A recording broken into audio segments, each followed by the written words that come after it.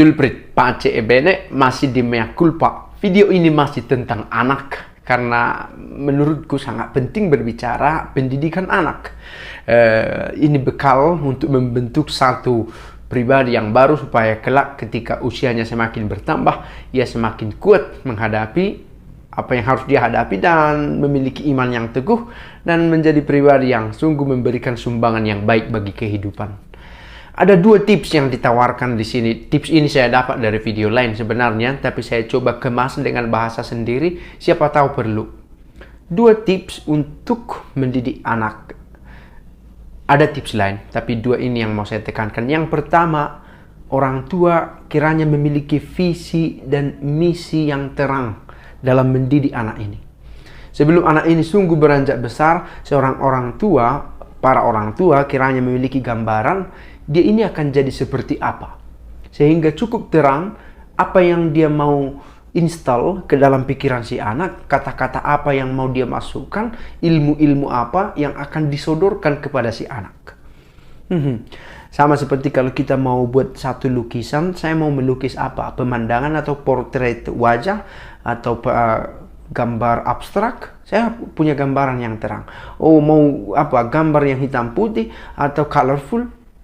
Maka kita tahu mau beli kanvas jenis apa, kuas jenis apa, berapa macam pewarna, cat, tinta yang harus saya beli. Sama dengan pendidikan anak ini. Kalau saya mau membesarkan anak ini menjadi seorang yang religius, apa saja nanti yang akan kuceritakan padanya, kata-kata apa yang akan ku-install ke dalam pikirannya, buku-buku apa yang kusajikan untuk dia baca. Bahwa pada akhirnya sangat sulit mengontrol apa yang dikonsumsi si anak, itu toh tergantung pada kendali dari orang tua. Maka dengan itu, kalau kelak anak ini tidak berhasil, sebelum menyalahkan lingkungannya harus dipertanyakan ada apa yang terjadi ketika anak ini kecil. Didikan apa yang dia peroleh, bagaimana pola pendidikan yang diterapkan kepada anak ini. Itu yang pertama, kita memiliki visi, kita memiliki gambaran, dan memiliki misi. Pekerjaan-pekerjaan kecil yang mau kita buat supaya visi ini terwujud bagi anak ini. Tips yang kedua adalah berani tega. Ketegaan di sini bukan dimaksud supaya orang tua itu kejam, tetapi supaya tangguhlah baik orang tua maupun si anak dalam menghadapi realitas. Seringkali orang tua, saya pun menemukan itu, dan bahkan mungkin juga saya memiliki perasaan yang sama. Karena tidak tega anaknya tidak makan, maka disuapi. Karena tidak tega anaknya menangis terus, anaknya diberi handphone. Karena tidak tega anaknya berbeda dari yang lain, kita belikan apa yang dia butuhkan. Apa yang orang lain gunakan kita belikan. Apa yang sedang tren kita belikan. Karena kita tidak tega anak kita berbeda dari anak-anak yang lain seusianya. Persoalannya, ketidaktegaan kita itu justru akan mempersulit hidupnya di masa depan. Ketika dia jatuh misalnya, langsung kita bopong, kita bantu, kita angkat, dia tidak belajar untuk bangkit sendiri. Pernah terjadi, malah sering, misalnya anak jatuh tertimpa kursi, orang tua memukul kursi, bayangkan, karena tidak tega melihat anaknya menderita, maka sedemikian rupa orang tua membuat satu drama bahwa yang salah adalah kursi, bukan anaknya.